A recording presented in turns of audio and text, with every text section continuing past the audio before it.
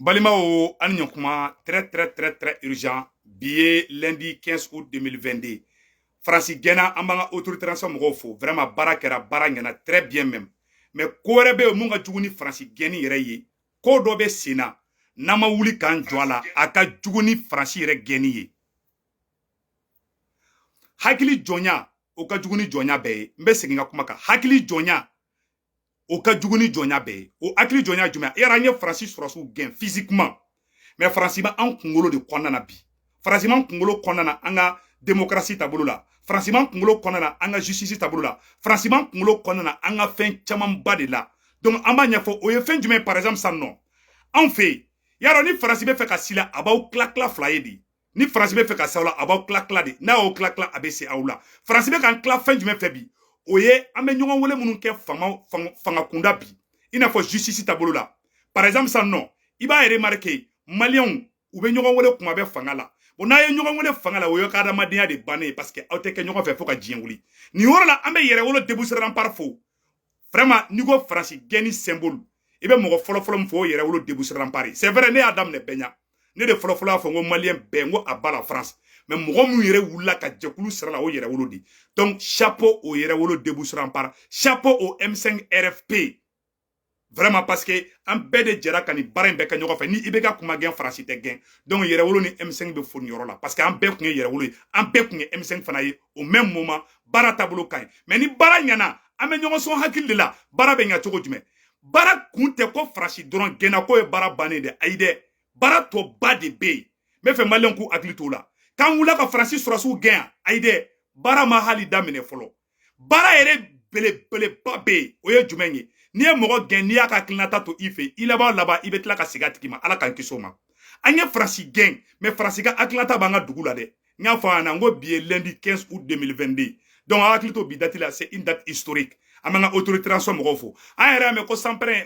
ko sanpɛrɛn terroriste dɔw faga Burkina Wagadugu quoi yɛlɛ yɛrɛ bɛ ni ka ne kɔnɔ di m'o kuma la ko sanpɛrɛn jigira terroriste dɔw kan ko k'u faga an ye information caman wɛrɛw sɔrɔ donc Macky Sall ka nali la mais an bɛna mun ɲɛfɔ an ka autorité mɔgɔw ye u ka baara kɛ Modibo Keyita ye kuma dɔ fɔ an bɛna Modibo Keyita kumakan kala aw n'an bɛ jɛ ka lajɛ ɲɔgɔn fɛ Modibo Keyita ye kuma dɔ fɔ n'an m'an hakili to an danbe la n'an m'an sigi an danbe la an danbe o ni justice u tɛ taa ɲɔgɔn fɛ dɛ ni justice kura min b'an kunna justice système kura min b'an kunna a dabɔra k'an danbe la gosi de a dabɔra k'an ɲinɛ an danbew de kɔ a dabɔra k'an ka duw de ci a dabɔra k'an ka teriyaw de fara a dabɔra k'an ka familles de ci a dabɔra ka jɛɲɔgɔnw de fara ka dugu fara justice système min b'ale bolo il faut refonder la justice malienne village la mɔgɔ bɛ ɲɔgɔn wele fanga la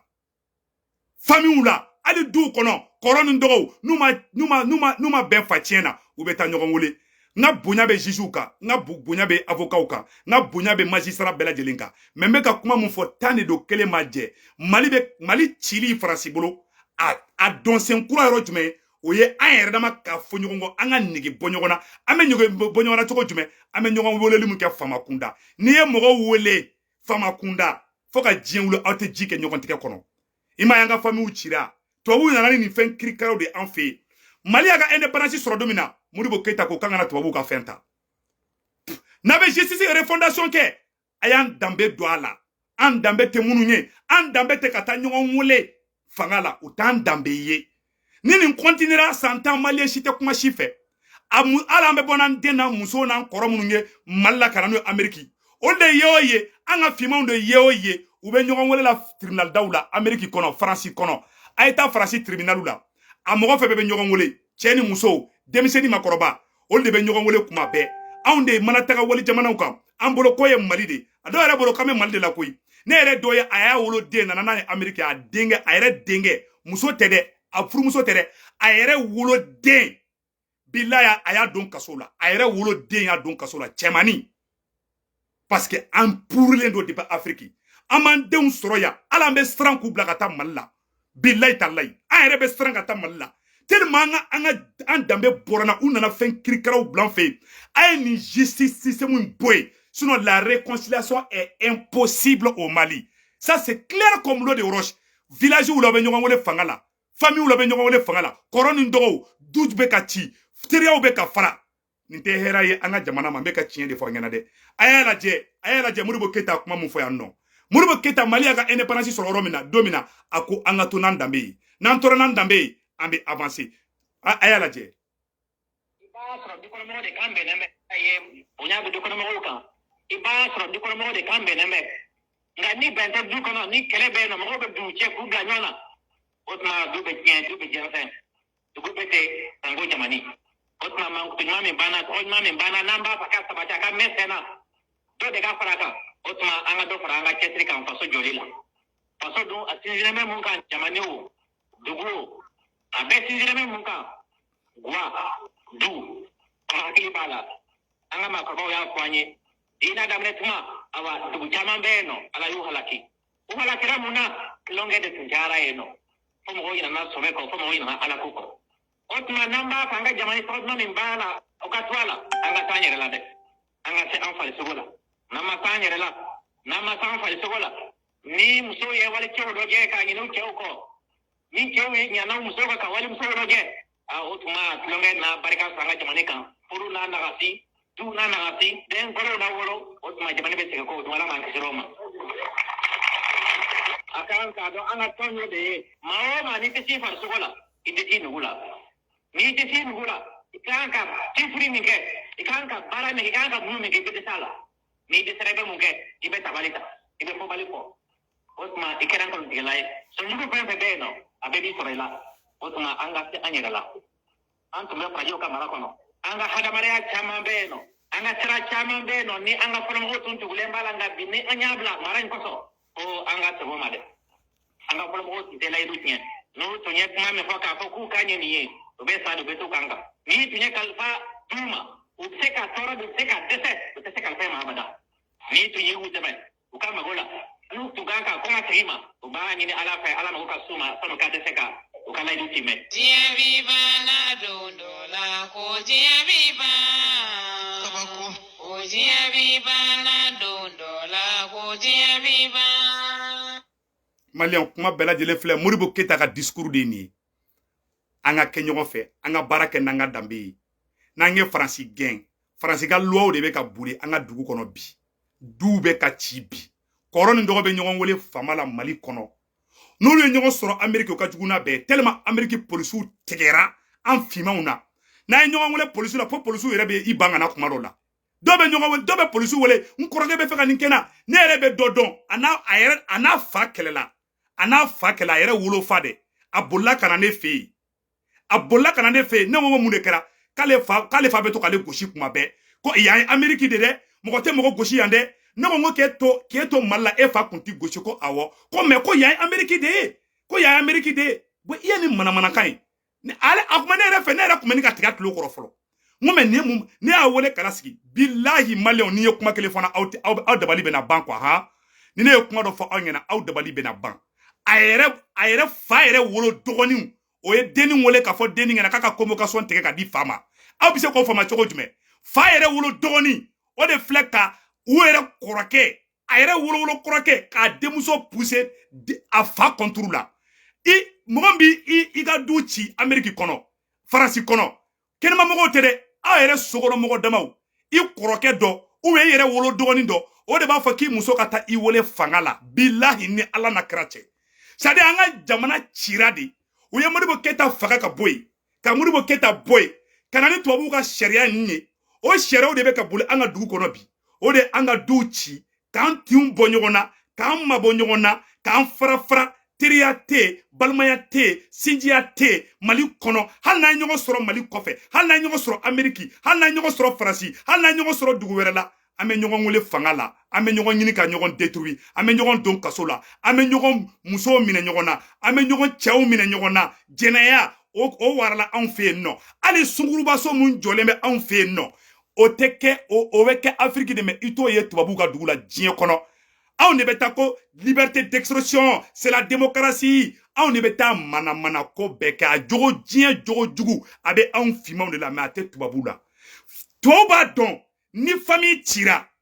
a main communauté ma ali américain noir munumbe ya u be force ta ka di muso ma u ba fo ko muso de jobala muso fana bu gonni wuli sanno u bu chaw don kasola ni chaw donna kasola muso se ka so sara a muso caman be do sungurubaya la denw tɛ éducation sɔrɔ o ye tubabu y'a système dilan kama de walasa farafin kana se ka yɛlɛ ɲɛfɛ a y'a remarqué Amérique kɔnɔ yan nɔ Américain noir tubabu be se ka Américain noir faga tubabu polisi a bɛ Américain noir faga billahi hali sɛ tɛ bɔ a fan kan awa foyi tɛ bɔ a la a foyi tɛ bɔ a la o de kosɔn n b'a ɲɛfɔ an ka autorisation mɔgɔw ɲɛna u ko kɔlɔsi phénomène mun bɛ ka na sisan nɔ n'o ye an ka ɲɔgɔn wele fanga in na min ye tubabu sariya de don an danbe tɛ awa a y'an ka duw ci a y'an ka kabilaw fara a y'an ka familles fara awa n'an tora nin cogoya la fo k'an sa ni Faransi ma tila ka sigi ka na Mali kɔnɔ a ka fɔ ne ma ko ɲɛmɔgɔden tatɔ filɛ ne ye mɔgɔ gɛn a ka hakilinata bɛ e fɛ yen a mɛn mo a bɛ tila ka sigi ka na Modibo Keita da fɔ ne m'a fɔ dɛ a Modibo Keita ye kumakan filanan min fɔ n bɛn'o k'a la aw ni an bɛ jɛ kula bɛ ɲɔgɔn fɛ o de kosɔn an ka to an danbe kɔ foyi t'an danbe bɔ an b'a ɲini transition mɔgɔw fɛ n'u bɛ fɛ réconciliation ka kɛ Mali kɔnɔ u k'u jija mɔgɔ minnu bɛ kɔfɛ n'u ye faso nafolo suɲɛ u k'u wele ka na u b'a sara cogo min u ka modalité de paiement kɛ u ka Mali den bɛɛ wele Mali den bɛɛ ka na Mali kɔnɔ u ka réconciliation nationale kɛ u ka bɛɛ fara ɲɔgɔn kan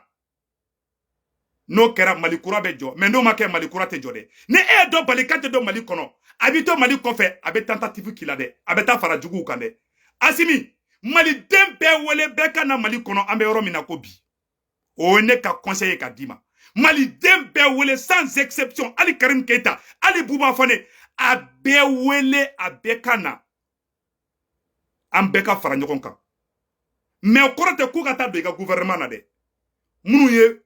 force de changement yi i bɛ baara kɛ n'olu ye mais i bɛ yafa ni mɔgɔ ninnu ma i bɛ yafu ma u ye wari minnu suɲɛ u ka wari in sara dɔɔni dɔɔni u nɔ minɛlen bɛ ko min na u ka sara dɔɔni dɔɔni n bɛ kuma fɔ ka da o yɔrɔ kan bɛɛ lajɛlen k'a faamuya donc k'a fɔ aw ɲɛna n'an bɛ fɛ Mali kura in ka jɔ an bɛ ka jɔrɔ Mali kura min na n'an bɛ fɛ Mali in ka kɛ an yɛrɛ ta ye f'an ka segin an danbe de ma an ka baara kɛ an danbe an ka danbe kɔnɔna na Mali karamɔgɔ bɛɛ Mali chef de quartier bɛɛ dugutigilakaw a chrétien ɲɛmɔgɔw a diinɛ ɲɛmɔgɔw a karamɔgɔw a somaw a moriw bɛɛ lajɛlen k'i tɛgɛ di ɲɔgɔn ma an ka segin an danbe ma n'an ma tubabuw ka fɛn bila n'an avancera a ka si bɔ n tɛgɛ kɔnɔ n bɛ ka tiɲɛ de fɔ aw ɲɛna hadamadenw tinw ka don ɲɔgɔn na mais en tant qu'an bɛ ɲɔgɔn wele la ne Segu Tunkara ni Belle le cerveau kɛlɛla ni Belle le cerveau ko ye ne wele fanga la ou bien ne Segu Tunkara ka Belle le cerveau wele fanga la fo ka diɲɛ wuli an tɛ ji da ɲɔgɔn tɛgɛ Malidenw Mali dɔrɔn tɛ dɛ Bamako dɔrɔn fana tɛ dɛ hali burusi kɔnɔnaw la u bɛ ɲɔgɔn don kaso la a bɛɛ ni Ala na kira cɛ walayi Ala hali burusi kɔnɔ u bɛ ɲɔgɔn don kaso la villagew la kɔrɔ ni dɔgɔw balimamaw dugutigilaka filaw u bɛ taa ɲɔgɔn cɛ ka taa fangaso la kuma bɛɛ dɔw b'u to Faransi dɔw b'u to Amérique u bɛ wariw fara ɲɔgɔn kan ka avocaw ta ko fo ka dɔ de don kaso la an tun bɔra ɲɔgɔn na pewu awa n'an tun ma don ɲɔgɔn na an tɛ se ka Mali kura jɔ parce que dɔ b'a dilan dɔ b'a tiɲɛ pour que vengeance kana na an b'a fɔ président Assimi ɲɛna fanga ye yɛlɛma di minnu bolila ka bɔ Mali kɔnɔ u wele u kana Mali kɔnɔ u ye wari minnu suɲɛ u ka wari in sarali modalité kɛ u ka wari in sara dɔɔni dɔɔni wallahi n'u ma wari in sara n'u tora Mali kɔfɛ u bɛ tentative kɛ u dun m'o to tentative la n'u ye fanga sɔrɔ don min na u fana b'u venger e la i m'a farafin an tɛ bɛn yan parce que an tɛ compromis ka gɛlɛ farafin bolo compromis ka gɛlɛ farafin bolo e bɛ hali nin digira e la hali ne jo b'a la sa e ka diɲɛ nin kɔ faso yɛrɛ kanu kosɔn hadamadenya kosɔn Ala kosɔn a kira kosɔn u ka gɛlɛ farafin ma ni diɲɛnatigɛ fɛn bɛɛ bon en tant que i ma don o de la en tant que o t'i kunkolo la i tɛ se ka fara ɲɔgɔn kan kɛ i ka laɲini ye mun ye i tɛ se k'o fana sɔrɔ k'o fanga ɲɛmɔgɔ bɛɛ lajɛlen na bilayi talayi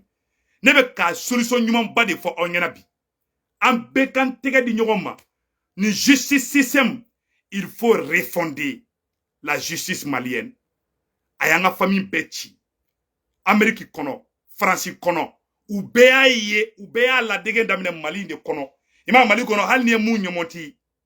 o bɛ t'i wele tribunal da la awa n'u nana Amérique u b'o kelen de kɛ Amérique polisiw yɛrɛ dabali bɛ ban ko munakaw bɛ ɲɔgɔn wele a bɛ ɲɔgɔn wele fanga la Amérique polisiw yɛrɛ dabali bɛ ban Faransi polisiw dabali bɛ ban n'i taara Amérique polisiso la i taara jugement kɛyɔrɔ la wala i bɛ taa africains de sigilen sɔrɔ yen farafin i b'olu de sigilen sɔrɔ maloya dan de don an tɛ ɲɔgɔn fɛ awa bɛɛ ne yɛrɛ doya a yɛrɛ wolo den a bɔra n'a ye Mali la k'a nana ye Amérique kɔnɔ yan nɔ a den yɛlɛmana ka kɛ PD ye a ye den gosi den y'a wele fanga la ka tila ka kamalen wele fo bɛ ɲɔgɔn bara se fa ɲɛna fa wulila k'a b'i ka justice la dɔrɔn o ye fila fa don kaso la k'a kunkolo man ɲi cɛkɔrɔba dusukasi bolo a donna kaso la a y'a ye yɔrɔ jumɛn a ma ladege Amérique yan dɛ a ma jogo ta Amérique dɛ a y'a jogo ta Mali la de minnu bɛ bɔ Mali la ka na olu de b'u faw wele tribunal daw la minnu bɛ bɔ Mali la ka na olu de b'u baw wele polisisow la olu de b'u faw wele polisisow la wallahi a bɔra an ka système kɛcogo de la n'an m'an ka système changer fo ka diɲɛ wuli an ka famille tɛ bɛn n'an ma système changer fo ka diɲɛ wuli an tɛ kala an tɔ bɛ fara fara ka taga fɛ de tubabu y'a dabɔ a kama de e ma hali n'i bɛ yan nɔ Amérique kɔnɔ i bɛ taa juifu ka quartier la Eastern Parkway la New York yan nɔ i bɛ taa juifu ka quartier la ni jifukɛ kumana ala muso t'a dala minɛ jifu ka quartier jifukɛ muso a b'a bato i b'a fɔ a bɛ ala bato cogo min mais an ka ni taara farafu ka quartier la u b'a fɔ farafin muso ɲɛna i cɛ y'i bugɔ wa ni cɛ y'a ɲɛnkuru tigɛla dɔrɔn i bɛ polisiw wele contre la u bɛ musow su de pour que u ka to k'u cɛw ɲini k'u don kasow la u bɛ denw pousser u k'u faw don kaso la u bɛ denw pousser u k'u baw don kaso la parce que u y'a ye a bɛ kɛ Mali la u y'a ye a bɛ kɛ Afrique de tubabu de taara ni de kirikaraw hali américain noirs ka communauté la yan nɔ an ma Tupac ni Biggie ye wa Tupac ani Biggie u ye dɔnkili la ka ɲɔgɔn classé ka marifa ci ɲɔgɔn na ka ɲɔgɔn faga u b'a dabɔ kama de farafin bɛ fara ɲɔgɔn kan yɔrɔ yɔrɔ tubabu b'a ɲini toujours farafin bɛ se ka fara cogoya min na farafin ka du bɛ se ka ci cogoya min na farafin ka teriyaw bɛ se ka fara cogoya min na parce que ni farafin farala ɲɔgɔn kan o ye fɛnjuguba de o tɛ tubabu arranger fɛn fɛn bɛ farafin ka du ci fɛn bɛɛ bɛ farafin yɛrɛ dama fara fɛn bɛɛ b'u ka teriyaw fara u bɛ passer ni système dɔ de ye k'an fara kan an bolo k'an bɛ ka avantage de sɔrɔ na an musow y'an wele ka taga k'an don kaso la an musow bɛ nisɔndiya Amérique n'i furucɛ don kaso la u bɛ so d'i ma ka wariba d'i ma i bɛ étage baw jɔ f'i yɛrɛ ba b'a fɔ ko ko alhamdulilayi ko depuis cɛ in taara kaso la ko ne den ye hɛrɛ sɔrɔ e denw dɛ o b'i to la a tɛ se ka hali a denw i bɛ taa sɔrɔ denmisɛnnin 5 b'a bolo a kelen tɛ se k'a bɛɛ maîtriser o denw de bɛ kɛ vagabonds ni zon ni fɛnw ye a bɛɛ ni ka diɲɛlatigɛ cɛ olu de an ka société bɛɛ lajɛlen tiɲɛ Mali dɔrɔn tɛ dɛ hali Côte d'Ivoire bɛ ten Mauritanie c'est-à-dire u y'an ka danbe de tiɲɛ Rwanda président Paul Kagame o de faamuya Paul Kagame ko ka bɛɛ fara ɲɔgɔn kan ko n'a ma bɛɛ fara ɲɔgɔn kan k'a man ɲi bon n'an ma Mali justice système changer k'a don an danbe kɔnɔna na hali ka bɔ malien hali k'i den bɔ Mali la ka na n'a ye Amérique bɛɛ bɛ ka siran ɲɛ bi Mali justice y'a don bɛɛ kun na ko n'i ye convocation tigɛ dɔrɔn k'i bɛ taa kaso la bon denmisɛnninw bɛ mɔ o cogoya la ala ka di ne denw ka taga mara Mali la mais n'u bila ka taa Mali la n'u nana dɔrɔn u b'i don kaso la ne den fɛn fɛn wolola Amérique yan u si tɛ sɔn ka hali kojugu ɲɛsin ne ma mais n'i taara n'u ye Mali la u ka kalo kelen dɔrɔn kɛ n'u nana n'u b'i don kaso la ka si bɔn tɛgɛ kɔnɔ i b'i den bɔ Mali la ne bɛ Ivoirien cɛ dɔ dɔn o tɛ Malien o ye Ivoirien de a y'a wolo den a y'a labɔ Côte d'Ivoire ka na n'a ye Amérique cɛman de don dɛ petini kun ka di cɛ ye fa b'a fɔ k'a fɔ a bɛ si bɔ a den na a denkɛnin a bɛ si bɔ a la a bɛ mobili bɛ sa ye ka to Côte d'Ivoire petini nalen Amérique yan nɔ petini donna juin min de la fa ko k'a ka juin min dabila a ye so bila a ye fa wele fanga la ko fa ka sariya tɛ boli ale kan parce que a y'a ye a bɛ kɛ Côte d'Ivoire Mali bɛ ten Burkina bɛ ten Sénégal bɛ ten u y'an ka du bɛɛ ci n'u ka sariya kirikaraw de ye awa an ka segin an danbe ma n'an bɛ fɛ an ka kɛ an yɛrɛ ye n'an bɛ fɛ Afrique ka kɛ Africains yɛrɛ ye an ka segin an danbe ma Modibo Keita y'a fɔ dɛ a ma dogo dɛ billahi tallahi n'an ma nin ko ninnu bila hali ne denw n'u ko bɛ taga Mali la ne bɛ siran ne denw bɛ kasi don o don k'u bɛ taa Mali la salon ne ye n denw bila ka taa Mali la mais alajɛ an ka dugu bɛ ka tiɲɛ cogo min na bɛɛ bɛ ka siran ka taa ni den ye Mali la hali ni kɔrɔkɛ dɔ bɛ Mali la n'i ko k'i bɛ nana Amérique i bɛ siran ni muso bɛ Mali la n'i ko k'i bɛ fɛ ka nana Amérique i bɛ siran ni balima dɔ bɛ Mali la i bɛ nana Amérique i bɛ siran ne bɛ dɔ dɔn ne balima maraka dɔw bɛ yen u denw bɛ kɔrɔbaya Mali la f'u bɛ den furu u tɛ sɔn ka na n'u ye Amérique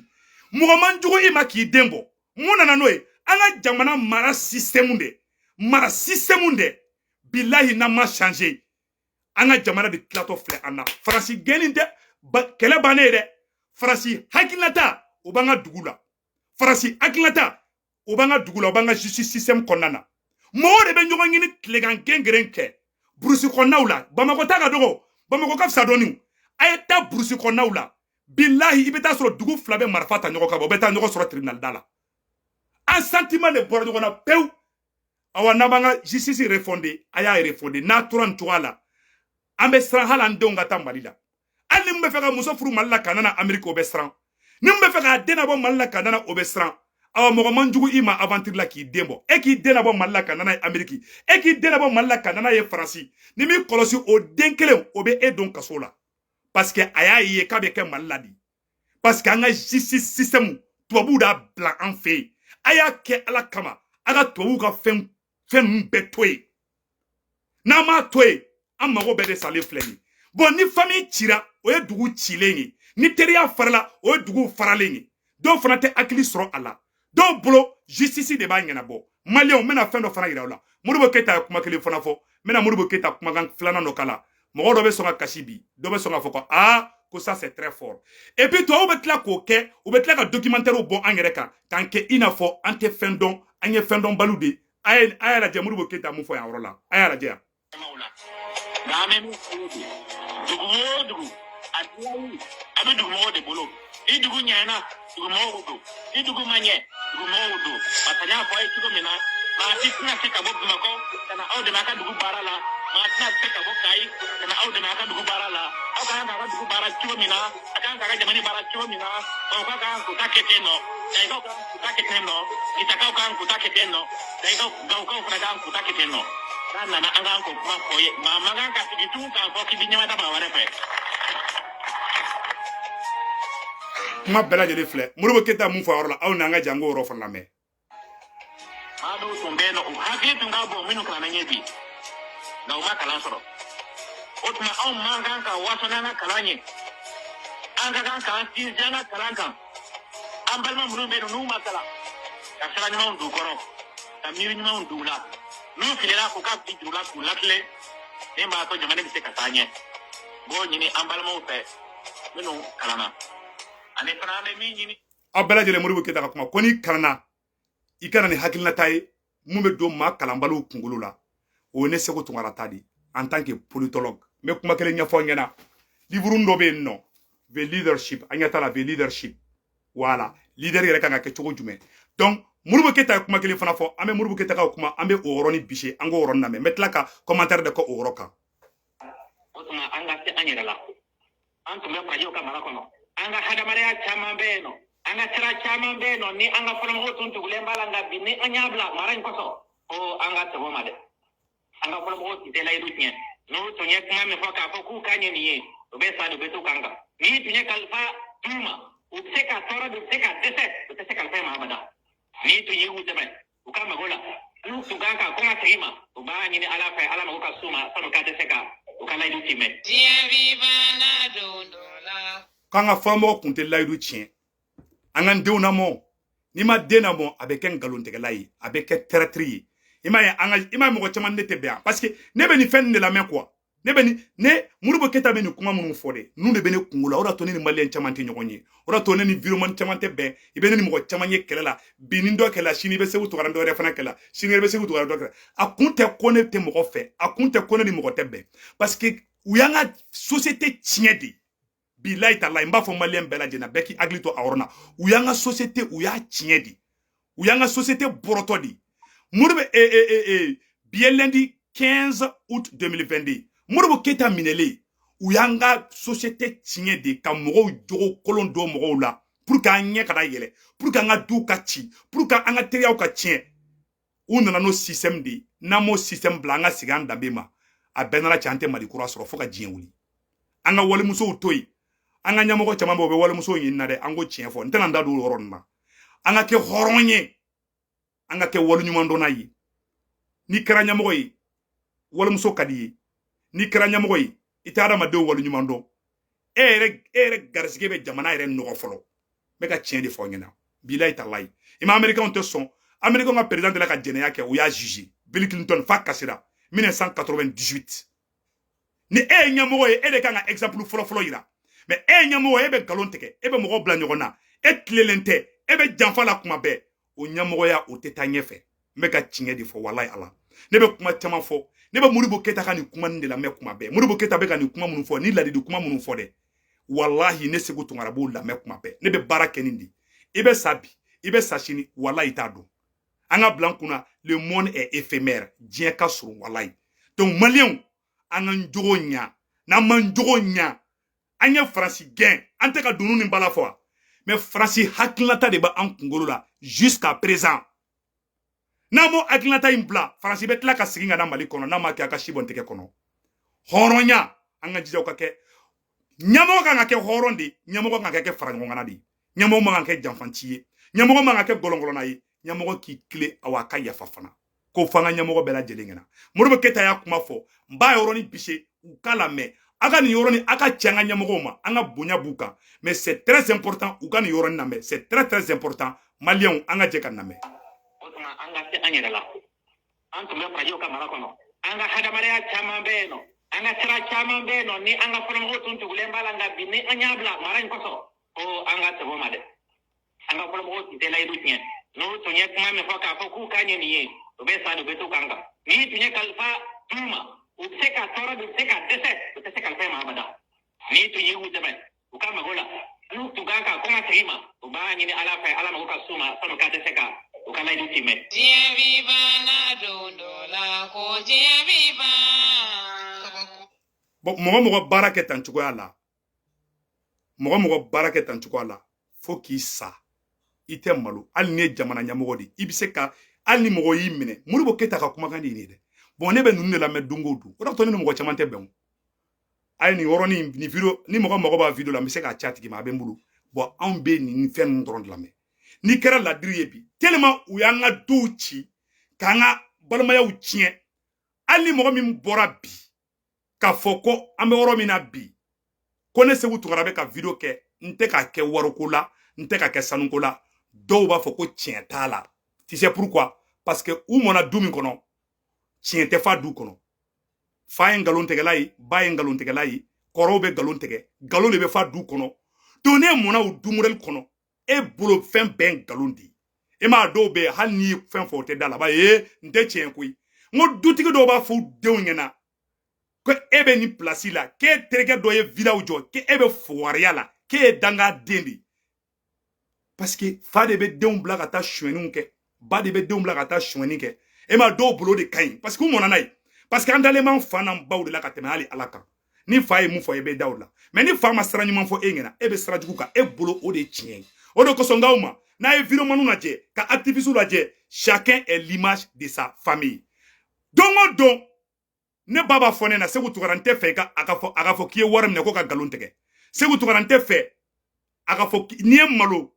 a n t'a ni si ta dɛ ne ba bɛ tile k'o fɔ ne na ne fa b'o fɔ ne ɲɛna ne fa dɔgɔninw b'a fɔ ne ɲɛna ne ka famille kunturu n fa dɔgɔninw n ba dɔgɔninw n kɔrɔkɛw n balimatɔw u bɛ n wele kuma bɛɛ Seku Tunkara i bɛ video kɛ la an tɛ fɛ k'a man kulo la k'i taara wari minɛ yan fɛ ko ka taga nin fɔ yan fɛ k'a fɔ cu yan fɛ k'a fɔ ca yan fɛ parce que dɔ wari d'i ma parce que o ne ka éducation di